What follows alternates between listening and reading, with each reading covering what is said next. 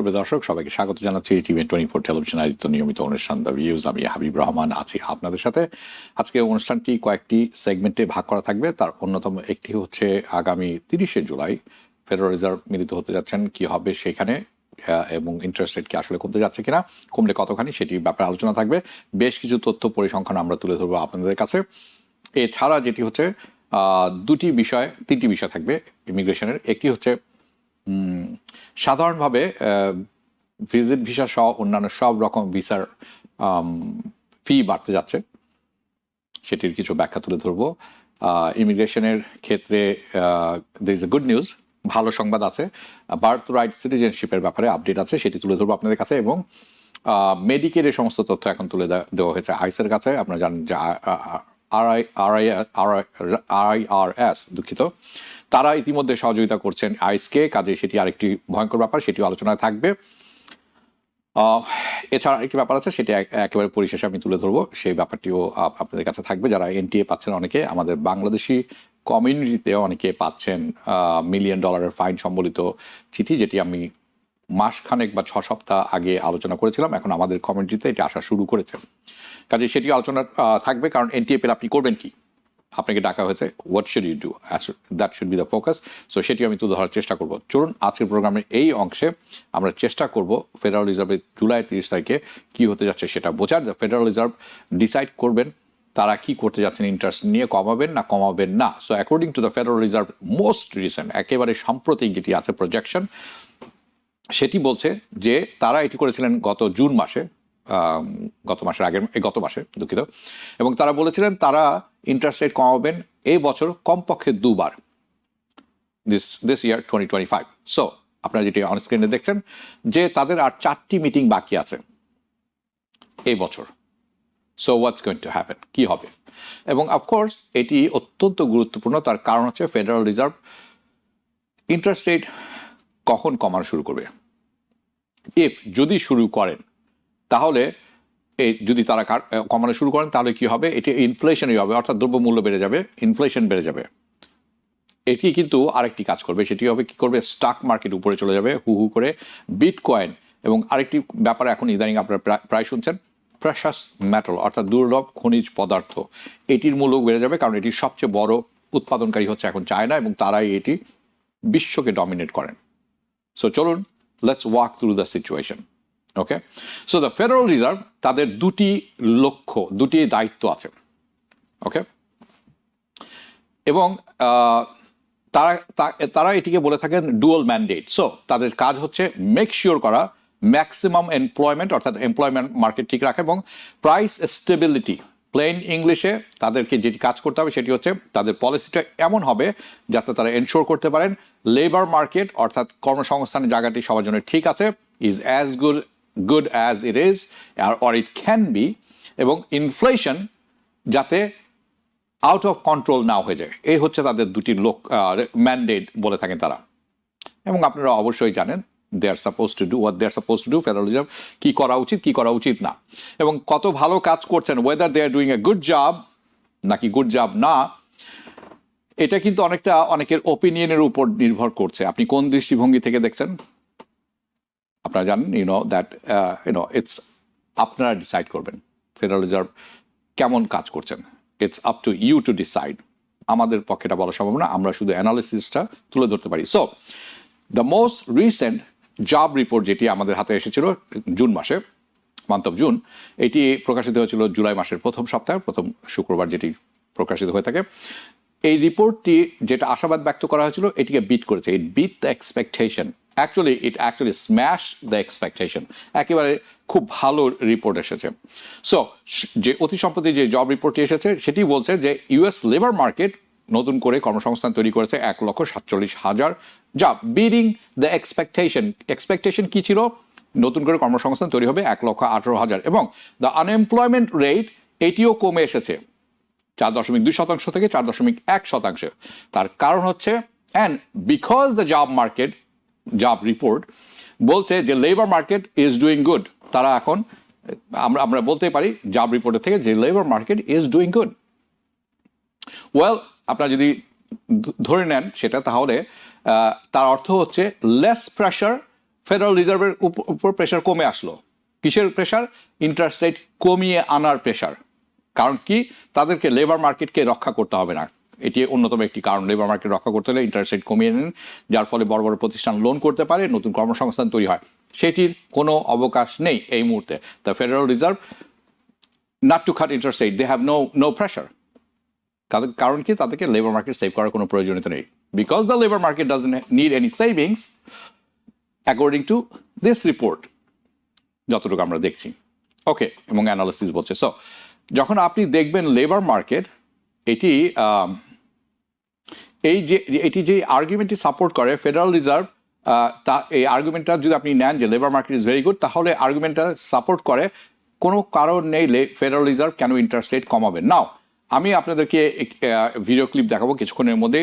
Jerome Powell, who is the chair of the federal reserve, উনি কথা বলছিলেন এবং উনি বলছিলেন যে কতখানি হেলথি লেবার মার্কেট ইজ, কী রকম সমৃদ্ধ এখন লেবার মার্কেট, এবং when it comes to inflation এটিও কন্ট্রোলে আছে বলে উনি মনে করছেন। আমরা কিছুক্ষণের মধ্যে, আপনারাও দেখে নেবেন কিছুক্ষণের মধ্যে, he does not want to cut interest rate, উনি ইন্টারেস্ট রেট কমাতে চান না রাইট নাও, এই মুহূর্তে। ওকে, সো উনি যেটি বলছেন, মোদ্দা কথায় অনিশ্চয়তায় ভরপুর বর্তমান পরিবেশটি অর্থনীতির দিক থেকে, এবং ট্যারিফ, ইয়েস ইউএস গভর্নমেন্ট বেশ কিছু অর্থ আর্ন করেছেন এই ট্যারিফ থেকে, কিন্তু এই ট্যারিফটি পে করছি আমরা, আপনি। সো আপনি যখন পে করে নতুন ইম্পোর্ট করব, তখন এটাই আমরা কোনো না কোনো জায়গা থেকে বের করে নিব, অর্থাৎ দ্রব্যমূল্য বাড়িয়ে বের করে নিব। এনিওয়ে, আসছি সেই প্রসঙ্গে কিছুক্ষণের মধ্যে।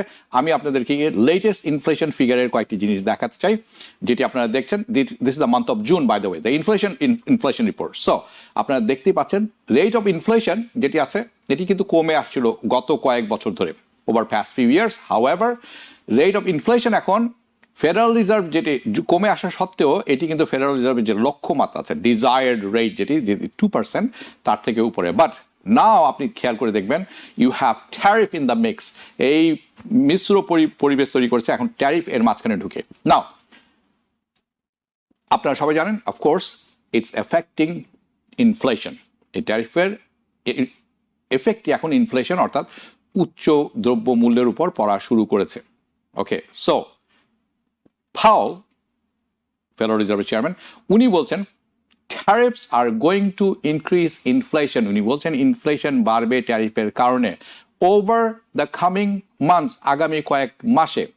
and যদি ইনফ্লেশন যতটা মনে করা হচ্ছে তার চেয়ে বেশি অ্যাক্সেলারেট করে বাড়তে থাকে, তাহলে এটি একটি কারণ হতে পারে ইন্টারেস্ট রেট কমানোর। and from the most recent CPI, আমরা যদি দেখি সম্প্রতি যে মোস্ট রিসেন্ট CPI বেড়েছে, সেটি কি বলছে? কনজিউমার প্রোডাক্ট ইন্ডেক্স, যেটি আপনারা দেখছেন, ট্যারিফের কারণে এটি বাড়ছে, ইনফ্লেশন বাড়ছে, ইনফ্লেশন বাড়ছে particularly for tariff, but not surprisingly, কারণ আমরা জানি। কিন্তু সারপ্রাইজিং যেটি হচ্ছে, সেবামূলক খাতে এটির প্রভাব পড়েছে দ্রব্য মূল্যের উপর। অবভিয়াসলি সেবামূলক খাতে তো আমি বাইরে থেকে কিছু ইম্পোর্ট করব না, সো আমরা সেবামূলক খাতে কোনো রকম ইনফ্লেশন অর্থাৎ ঊর্ধ্বগতি দেখছি না।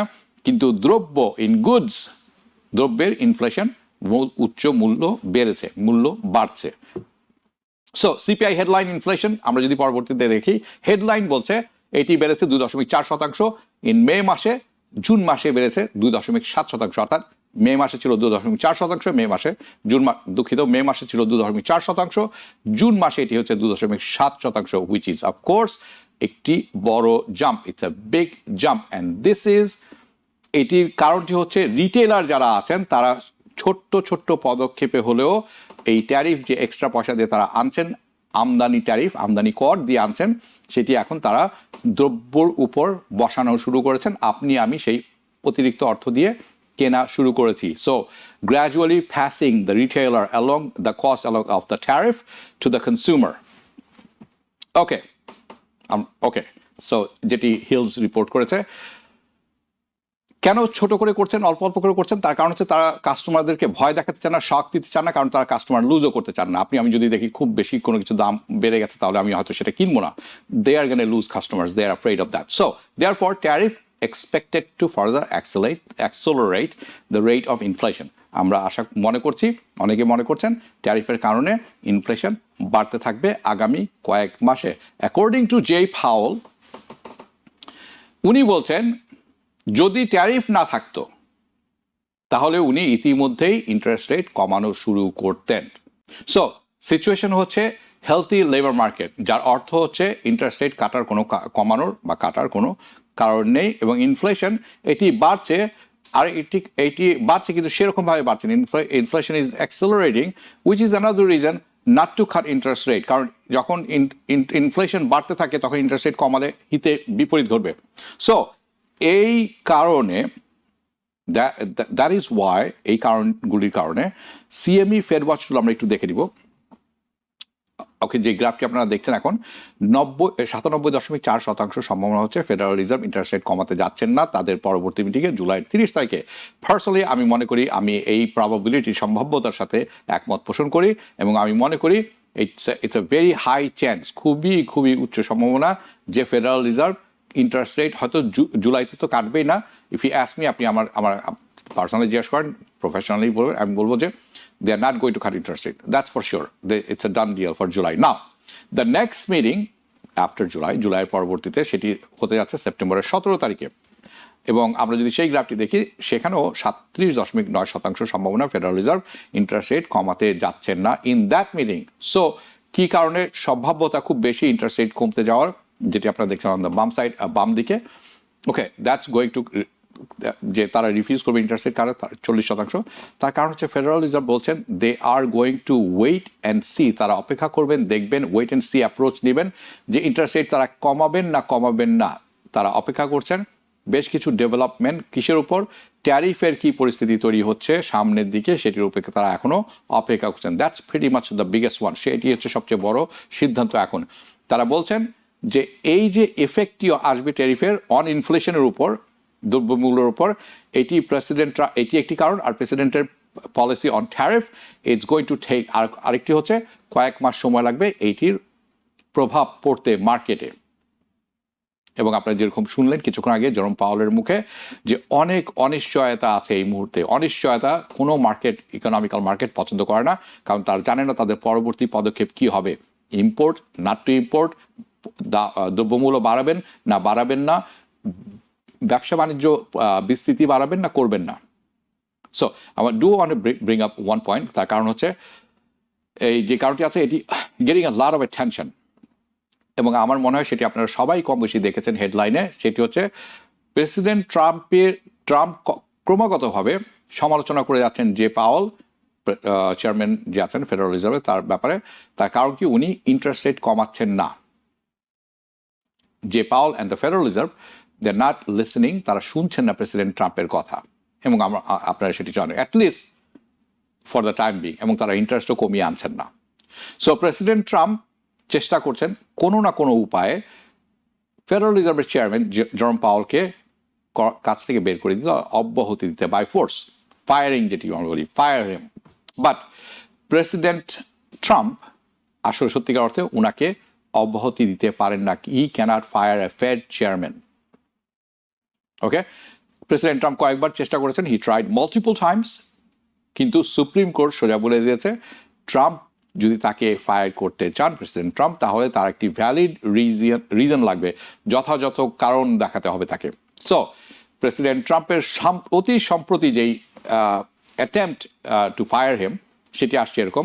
সো দিস ইজ কি হয়েছিল, ফেডারেল রিজার্ভ, যেটি আপনারা অন স্ক্রিনে দেখছেন, এটি দ্য হিল রিপোর্ট করেছে, ফেডারেল রিজার্ভ তাদের একটি রিমডেলিং এর কাজ চলছিল তাদের হেডকোয়ার্টারে, এটির জন্য বাজেট ধরা হয়েছিল $2.5 বিলিয়ন, এবং তারা এই বাজেট অতিক্রম করে গেছেন, সময়ও লেগেছে আরো 2 বছর বা 3 বছর বেশি। সেখানে বাজেট যেটি ধার্য করা হয়েছিল তার থেকে $600 মিলিয়ন বেশি খরচ হয়েছে, এবং প্রেসিডেন্ট ট্রাম্পের আর্গুমেন্ট হচ্ছে এইটি কারণ একটি দেখিয়ে জেরোম পাওয়েলকে ফায়ার করা যায় কিনা, এবং ফায়ার করতে চান উনি। বাট এটি আরেকটি অ্যাটেম্পট হিসেবে থেকে গেছে প্রেসিডেন্ট ট্রাম্পের, এবং এটি দেখে শুনে মনে হচ্ছে ইট ইজ নট গোয়িং এনিওয়্যার, এবং অবস্থা দৃষ্টিতে আমরা বুঝতে পারছি জেরোম পাওয়েল তার টার্মটি তিনি শেষ করবেন সম্পূর্ণরূপে। এবং আমি জানি না ফেডারেল রিজার্ভ ইন্টারেস্ট রেট কমাবে না সেপ্টেম্বর, অক্টোবর, না ডিসেম্বরে, নাকি আগামী বছরের শুরুতে। আমরা যেটা বলতে পারি সেটা হচ্ছে ফেডারেল রিজার্ভের চেয়ারম্যান জেরোম পাওয়েল তার টার্ম শেষ হতে যাচ্ছে আগামী বছর মে মাসের 2026 সালের মে মাসে, এবং তখন এটি যখন হবে উনি স্টেপ ডাউন করবেন, প্রেসিডেন্ট ট্রাম্প আরেকজনকে এখানে নিয়োগ দেবেন ফেড চেয়ারম্যান। এখানে একটু টুইস্ট আছে। কেন? যাকে নিয়োগ দেওয়া হবে তাকে হয়তো আগে থেকেই কথাবার্তা বলে বসানো হবে এবং তিনি ইন্টারেস্ট রেট কমানো শুরু করবেন খুব অ্যাগ্রেসিভলি। এবং প্রেসিডেন্ট এবং জেরোম পাওয়েল যদি রেট কাট অর্থাৎ ইন্টারেস্ট রেট কমিয়ে আনতে আরও বেশি লঙ্গার সময়, আরও বেশি সময় নিয়ে নেন, তাহলে এই যে নতুন ফেড চেয়ারম্যান যিনি হবেন মে মাসে, উনি কিন্তু আরও দ্রুততার সাথে আরও অ্যাগ্রেসিভলি ইন্টারেস্ট রেট কমিয়ে নিয়ে আসবেন। অফকোর্স যখন এটি হবে ইন্টারেস্ট রেট কমে আসবে এবং এটির কারণে স্টক মার্কেট হবে explosive, for bitcoin market is going to be very explosive, and precious metal, দুর্লভ খনিজ পদার্থ, এই সমস্ত জিনিসেরই মূল্য বেড়ে যাবে অনেক গুণ বেশি। অলসো আপনাদের মনে রাখতে হবে আরেকটি ব্যাপার, যদি আপনি মনে করেন তাহলে এরকম ইন্টারেস্ট রেট শুধু একসাথে কমে না, it is not going to be just only the interest rate cut. আরেকটি জিনিস হবে, তারা সুইচ করবেন, এখন যেরকম ডলার প্রিন্টিং হচ্ছে কিন্তু কম, তখন তারা ডলার প্রিন্ট করা শুরু করবেন, যেটিকে আমরা অনেকবার বলেছি এই অনুষ্ঠানে কোয়ান্টিটেটিভ ইজিং, অর্থাৎ সোজা অর্থে প্রিন্ট মানি আমরা করতে পারি, আমেরিকা সবসময় করে সেটা। তার অর্থ হবে মার্কেটে অর্থের তারল্য বেড়ে যাবে।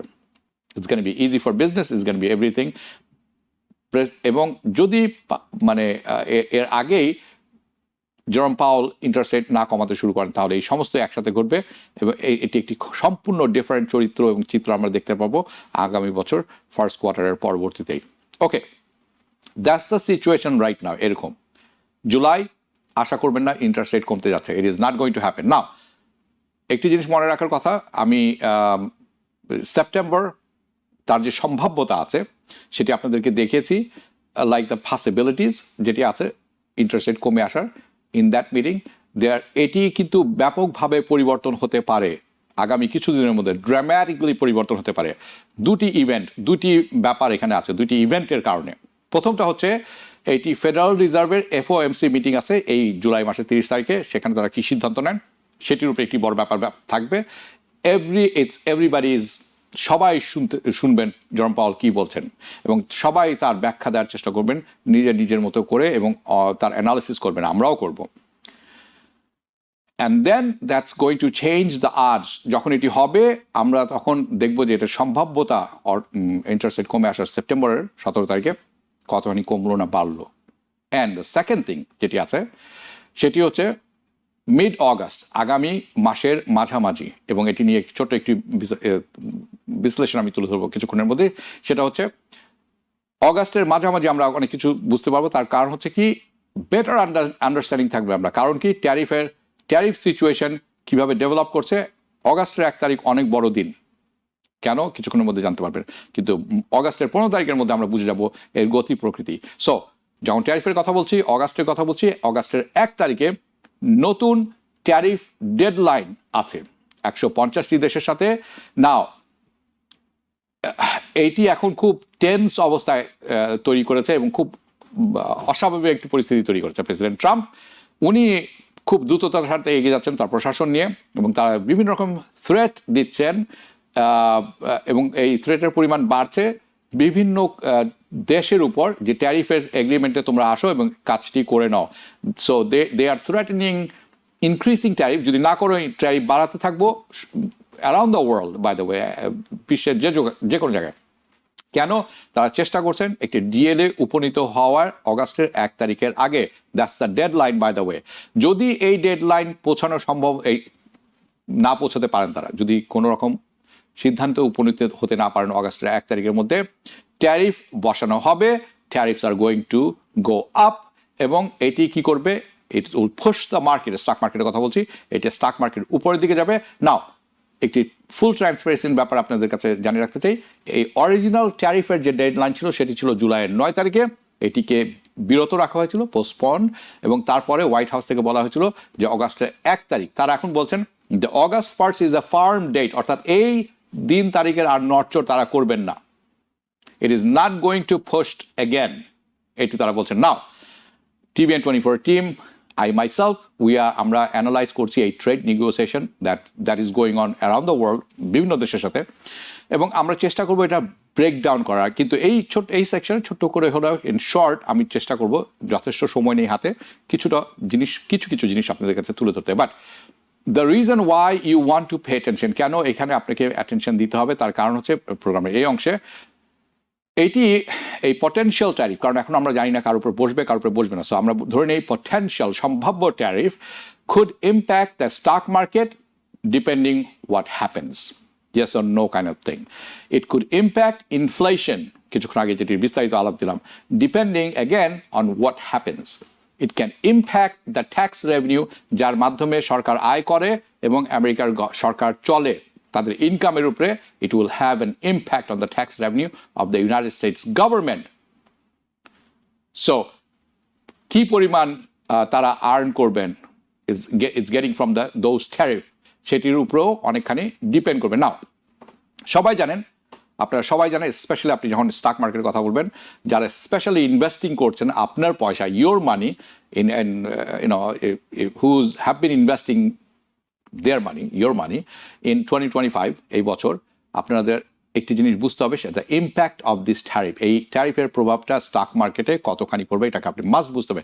তার কারণ হচ্ছে আমরা দেখেছি 3টি স্টক মার্কেট ক্র্যাশ 2025-এ, আমরা কিন্তু জুলাই মাসে আছি, ইতিমধ্যে 3টি ক্র্যাশ আমরা দেখেছি, অল বিকজ অফ ট্যারিফ। এবং ট্যারিফসের পটেনশিয়াল কামিং, এই সম্ভাব্যতা চলে আসছে পুনরায়। প্রথম ক্র্যাশ ছিল ব্যাক ইন ফেব্রুয়ারি, যখন প্রেসিডেন্ট ট্রাম্প প্রথম অ্যানাউন্স করলেন ট্যারিফ অন কানাডা, চায়না এবং মেক্সিকোতে। সেকেন্ড ক্র্যাশ আসলো যখন মার্চ মাসে, যখন প্রেসিডেন্ট ট্রাম্প পুনর্ব্যক্ত করলেন যে same tariff, no different, same tariff Canada, Mexico and চায়নার উপর পুনরায়। দ্য থার্ড ওয়ান, সবচেয়ে বড়, দ্য লার্জেস্ট ক্র্যাশ স্টক মার্কেটে এসেছিল এপ্রিল মাসে, যখন প্রেসিডেন্ট ট্রাম্প লঞ্চ করেছিলেন লিবারেশন ডে, মনে আছে নিশ্চয় আপনাদের, যেখানে তিনি ঘোষণা দিয়েছিলেন যে tariff on more than 100 countries, 100 দেশের উপর, চেয়েও বেশি দেশের উপর উনি ট্যারিফ ধার্য করে দিয়েছিলেন around the world. Now interestingly একটি কমন ব্যাপার এখানে আছে, যখন এই 3টি ক্র্যাশ হলো, each one of this stock market ক্র্যাশের, প্রতিটি ক্র্যাশে অনেকে আছেন অনেক অর্থ হারিয়েছেন স্টক মার্কেটে। There are many people who lost a lot of money. There are some people, they got rich. তারা কিন্তু অর্থ কামিয়ে নিয়েছেন ওই সময়টাতে। ওকে, তার কারণ হচ্ছে আজকে এই মুহূর্তে, today at the time of recording of this program, যখন আমরা লাইভে আছি, দ্য স্টক মার্কেট আজ ক্লোজ হয়েছে, শেষ হয়েছে নেয়ার রেকর্ড হাই। যদিও এই 3টি ক্র্যাশ আমরা দেখেছি এই বছর, তারপরেও রেকর্ড হাই মার্কেট ক্লোজ হয়েছে আজকে। And now the question on every investors mind, প্রতি ইনভেস্টার যারা আছেন, এভরিবাডি, তাদের মধ্যে এখন একটি প্রশ্ন আসছে, সেটা হচ্ছে what is going to come next, সামনে কি আসতে যাচ্ছে in the stock market. And the best way to analyse, সবচেয়ে best way to analyse is to take a look at 5 largest trading partner, 5টি বড় ট্রেডিং পার্টনার আছে আমেরিকার, তাদের দিকে যদি আপনি চোখ রাখেন, কোন রকম ডিল তাদের সাথে হলো with the United states, which are Mexico, Canada, China, Germany and Japan. আজ সকালে একটি সিদ্ধান্তে তারা উপনীত হয়েছেন ইউর সাথে, উইচ ইজ, যার কারণে স্টক মার্কেট অনেক উপরে চলে গেছে।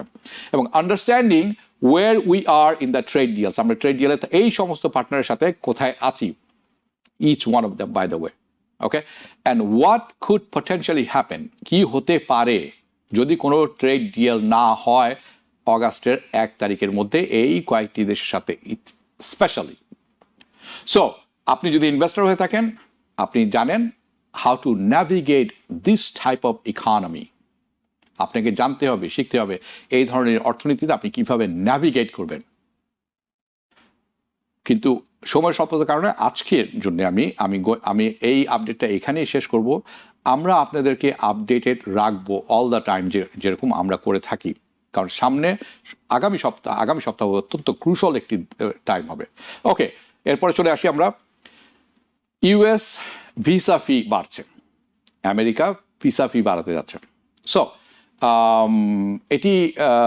এটিও হবে ট্রাভেলার যারা আছেন অ্যারাউন্ড দ্য ওয়ার্ল্ড, যাদের যে সমস্ত দেশের ভিসা দিতে হয় না, ভিসা ফ্রি এন্ট্রি আছে, তা ওয়েভার আছে, তারা বাদ দিয়ে অন্যান্য সমস্ত দেশের ট্রাভেলার যারা আমেরিকাতে আসছেন খুব দ্রুতই তাদেরকে বেশ বড় ধরনের একটি ভিসা ফির মুখে পড়তে যাচ্ছেন তারা।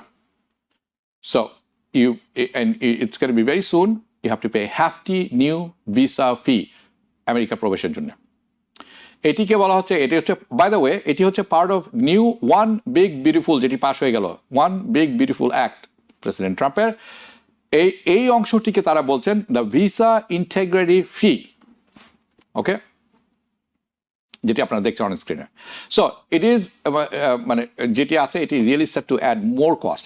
এটি ডিজাইনটা করা হয়েছে যাতে করে এই ট্রাভেলার যারা আছেন তাদের খরচ কিন্তু বেড়ে যাবে। নাও কিছু জিনিস আমরা জানি, হিয়ার ইজ সাম থিংস আমরা জানি, এই বিলের সমস্ত কিছু লেখা নেই, অনেক কিছু আছে অস্পষ্ট, বোঝা মুশকিল। আমি শিওর অ্যাডমিনিস্ট্রেশন এটি পরিষ্কার করবেন আগামীতে, কিন্তু যতটুকু আমরা জানি সেটি আমি তুলে ধরবো। Here R things that we know. আমরা জানি এই ফিটি হবে $250 অথবা তার চেয়েও বেশি। এটি হচ্ছে ভিসা ফি।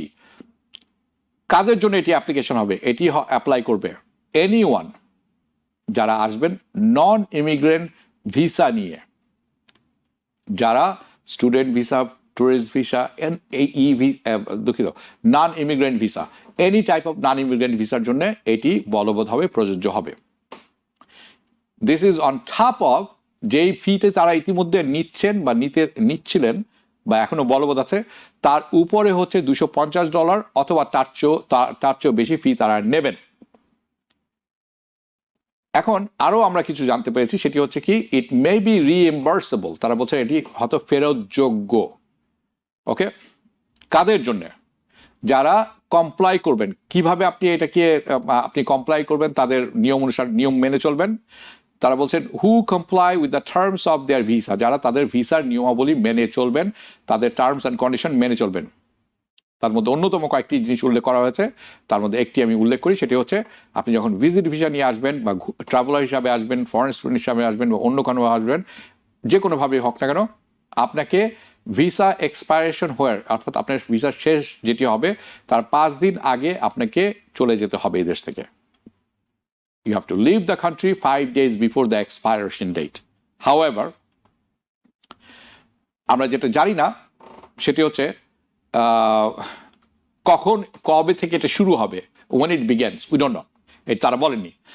এবং এটির ইমপ্লিমেন্টেশন, অর্থাৎ এটি পালন করবে কারা, কে করবে এটি নাও, এবং কিভাবে তারা যাদের থেকে এই অর্থ নেওয়া হবে তারা বলছে রিএম্বার্সমেন্ট, অর্থাৎ ফেরতযোগ্য।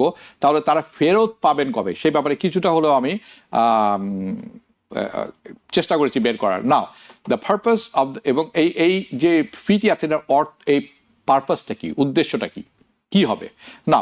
According to department of homeland security, আমি তাদের সাথে যোগাযোগ করেছিলাম। সো তাদের কথা অনুসারে, after I reached out to them গত সপ্তাহে, তারা বলছেন এটি হচ্ছে restore integrity in the US immigration system. Immigration সিস্টেমের ইন্টেগ্রিটি বজায় রাখার জন্য এটি করা। নর্মালি ভিসা ফি নর্মালি ডিএল করে থাকেন স্টেট ডিপার্টমেন্ট, কিন্তু এই যে নতুন ফি আছে এটি হ্যান্ডেল করবে department of homeland security, DHS,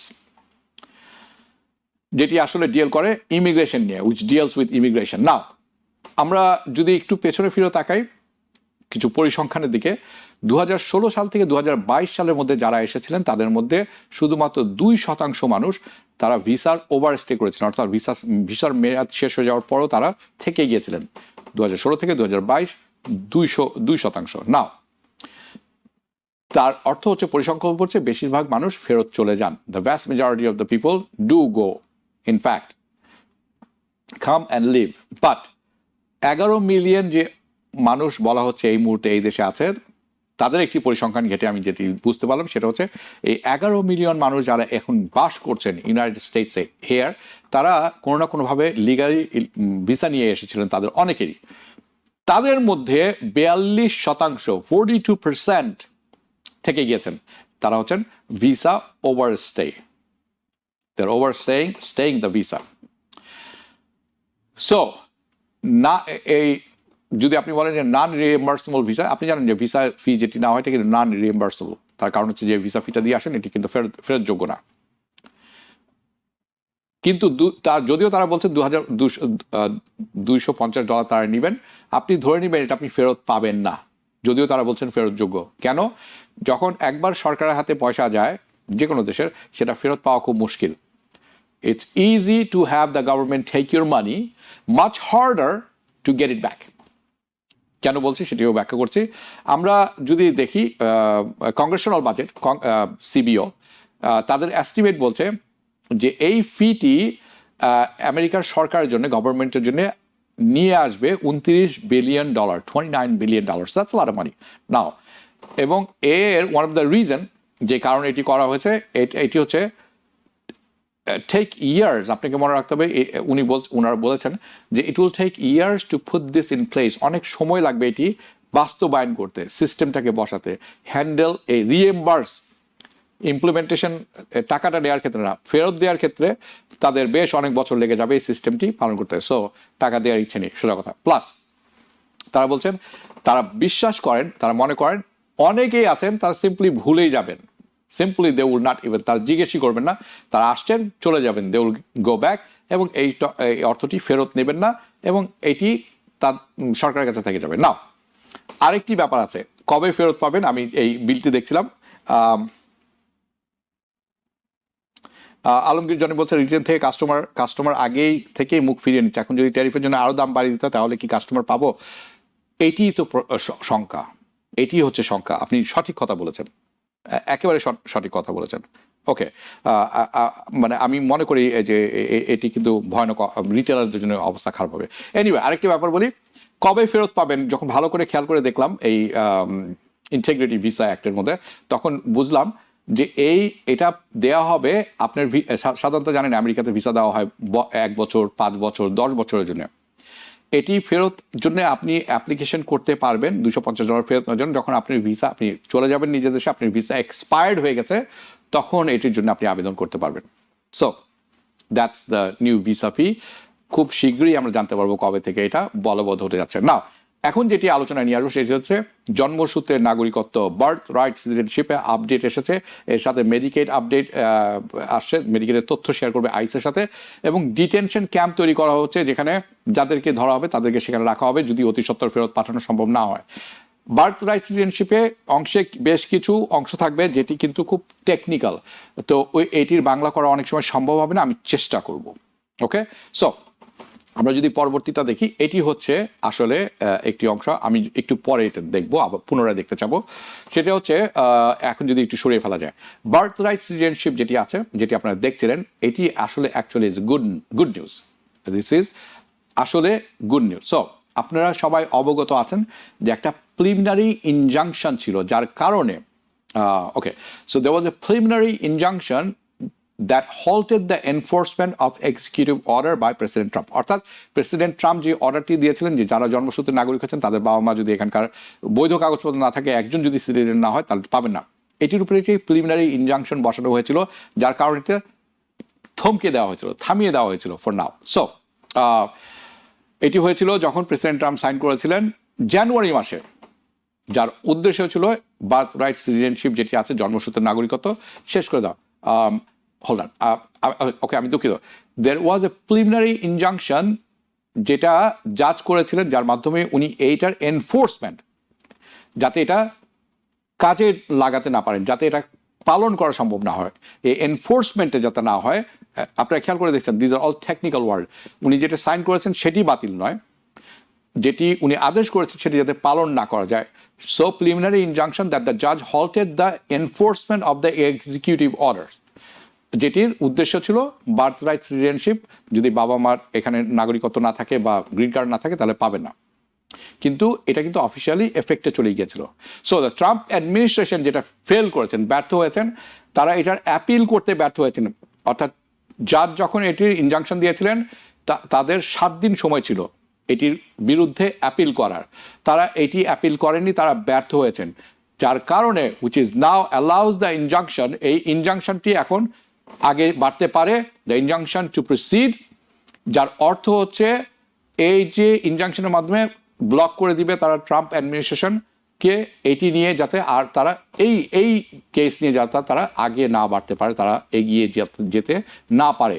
so this will block the Trump administration from moving forward with ending birthright citizenship. আমি আশা করি বোঝাতে পেরেছি। এনিওয়ে, এই আজকের আলোচনায় শেষ না, কারণ এর আরও ব্যাখ্যা হবে। আপনারা জানেন প্রতি রাত 10টায় টিভিএন অ্যানালিসিস হয়, সেখানে একজন অভিজ্ঞ লয়ার থাকেন সবসময় আমাদের সাথে, এবং ওনার কাছে আমরা আরও ব্যাখ্যা শুনবো। দিস ইজ এই পর্যন্ত আমি যেটা জানতে পেরেছি, যেটি পড়তে পেরেছি, যেটি অ্যানালাইজ করতে পেরেছি, সেটি তুলে ধরছি। সো দিস ইজ আসলে actually very good news. So ডেডলাইনটি ছিল অ্যাপিল করার জন্য গত ফ্রাইডেতে, যেটিতে আমরা চোখ রাখছিলাম। Last Friday was the deadline Trump অ্যাডমিনিস্ট্রেশনের জন্য অ্যাপিল করার, যাতে করে এই প্রিলিমিনারি ইনজাংশনের অর্ডারটি যাতে আছে, যাতে জাজ ইস্যু করে, যেটা জাজ ইস্যু করেছিলেন। ওকে, কিন্তু তারা প্রসিড করেননি। They did not proceed with an appeal. So US district জাজ ইস্যু করেছিলেন এই প্রিলিমিনারি ইনজাংশন জুলাইয়ের 10 তারিখে। এইটি, যেটি আপনারা অন স্ক্রিনে কিছুক্ষণ আগে দেখছিলেন, যদি পুনরায় আমরা দেখতে পারি, এইটি হচ্ছে Barbara versus Trump, Barbara V Trump case.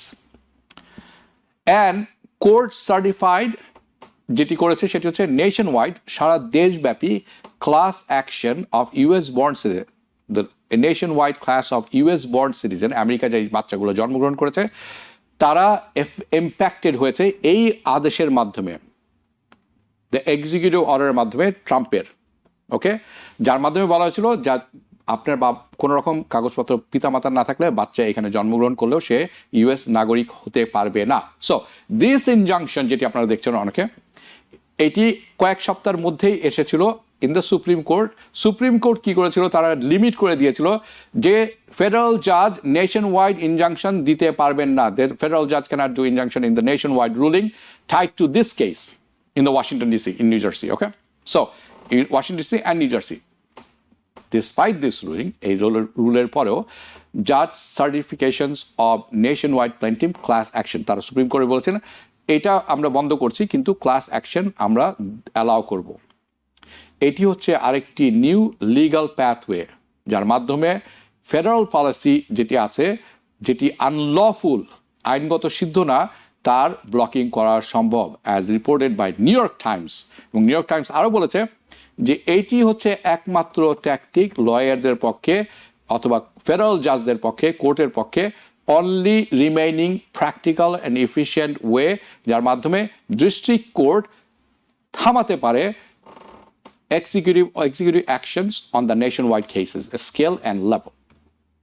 So এত কথা কেন বলছি, এটি অত্যন্ত অত্যন্ত তাৎপর্যপূর্ণ ঘটনা, এবং ইটস এ মেজর চ্যালেঞ্জ হয়ে দাঁড়িয়েছে প্রেসিডেন্টের ট্রাম্পের অ্যাডমিনিস্ট্রেশনের জন্য। তার যে প্রয়াসটি ছিল যে 14 সংশোধনী, অর্থাৎ 14th অ্যামেন্ডমেন্ট, যেটি গ্যারান্টি দিচ্ছে যে আমেরিকার ভূমিতে যদি কোনো বাচ্চা জন্মগ্রহণ করে থাকে সে আমেরিকার citizen, nearly all individual born in the US. Okay, এই ইনজাংশনের মাধ্যমে এখন এটা প্রোটেক্ট করা সম্ভব হলো, এই সংবিধানের এই লটি, এই ধারাটি এখন সংরক্ষণ করা সম্ভব হলো। Protect the right of US born children. আপনারা সবাই জানেন many of home are immigrant parents. So now it protects. তাদেরকে কীভাবে প্রোটেক্ট করবে, তাদের সিটিজেনশিপ কেড়ে নেওয়া সম্ভব হবে না। এটির অনেকগুলো ধারা আছে। একটি হচ্ছে এখন থেকে দেওয়া হবে না জন্মসূত্রে নাগরিকত্ব, আরেকটি হচ্ছে যারা জন্মসূত্রে নাগরিকত্ব পেয়েছেন, বাবা মা লিগ্যাল ছিল না, তাদেরটি কেড়ে নেওয়া। খুবই ভয়ঙ্কর দুটি ব্যাপার। সো হোয়াট ইজ নেক্সট, এর পরবর্তীতে কী হবে? সো ট্রাম্প প্রশাসন এখন প্রেশার তৈরি করবে, নট প্রেশার, পার্সু করবে, তারা একটি রাস্তা খুঁজে বের করবেন। কি করতে পারেন তারা একটা ফুল ট্রায়ালের জন্য আবেদন করতে পারেন। বাট ফর নাও, এই মুহূর্তে বার্থরাইট সিটিজেনশিপ রিমেইনস থাকলো intact under federal protection. So এইটি কিন্তু একটি প্রেসিডেন্ট তৈরি করে দিল অন্যান্য কেসের জন্য। How to courts can, how the judges and it's a precedent with respect to how courts can navigate Supreme Court constraints while still providing nationwide relief. So এটি অনেক বড় ব্যাপার, অনেক ব্যাপার আছে। আমি শিওর যে আমরা এটি নিয়ে পুনরায় অনেক আলোচনা করব, এবং এইটি জানার অত্যন্ত প্রয়োজন। কারণ প্রথমে যখন আনডকুমেন্টেড জন্মগ্রহণ হবে তাদেরকে নিয়ে নেওয়া হবে, পরবর্তীতে যারা ইতিমধ্যে অনেক বছর ধরে নাগরিক হয়ে গেছেন, তাদের বাবা মার কাগজপত্র ছিল না, তাদেরকে নেওয়া হবে। তারপর হুজ নেক্সট? এনিওয়ে, আরও যাব। নেক্সট, মেডিকেড আপনারা অনেকেই জেনে গেছেন এর মধ্যে, আমি শিওর আপনারা অনেক হেডলাইন দেখেছেন আমাদের TBN24-এও গত সপ্তাহে, তার পর এই সপ্তাহের প্রথম দিকেও এ নিয়ে বড় বড় প্রাইম টাইম নিউজ। আপনারা যারা TBN দেখে থাকেন টোটাল কেবলের মাধ্যমে তারা হয়তো জানেন যে TBN 24 আওয়ার্স 24/7 একটি পূর্ণাঙ্গ চ্যানেল সম্প্রচার, কাজেই আপনারা প্রাইম টাইম নিউজ যারা দেখেন সরাসরি তারা জানেন। ওকে, সো US হেলথ ডিপার্টমেন্ট তারা করছে কি, হ্যান্ডেড ওভার, তারা দিয়ে দিয়েছেন মেডিকেড পার্সোনাল তথ্য কাকে, আইসকে। US department of health which is human health and human services, HHS, তারা এখন অথরাইজ করে দিয়েছেন আইসকে যে তারা মেডিকেডের পার্সোনাল তথ্য, ব্যক্তিগত তথ্য তারা অ্যাক্সেস করতে পারবেন, তারা দেখতে পারবেন, যার অন্তর্ভুক্ত হচ্ছে 79 মিলিয়ন মানুষ। Now medical 79 Medicaid enrollee, technical term.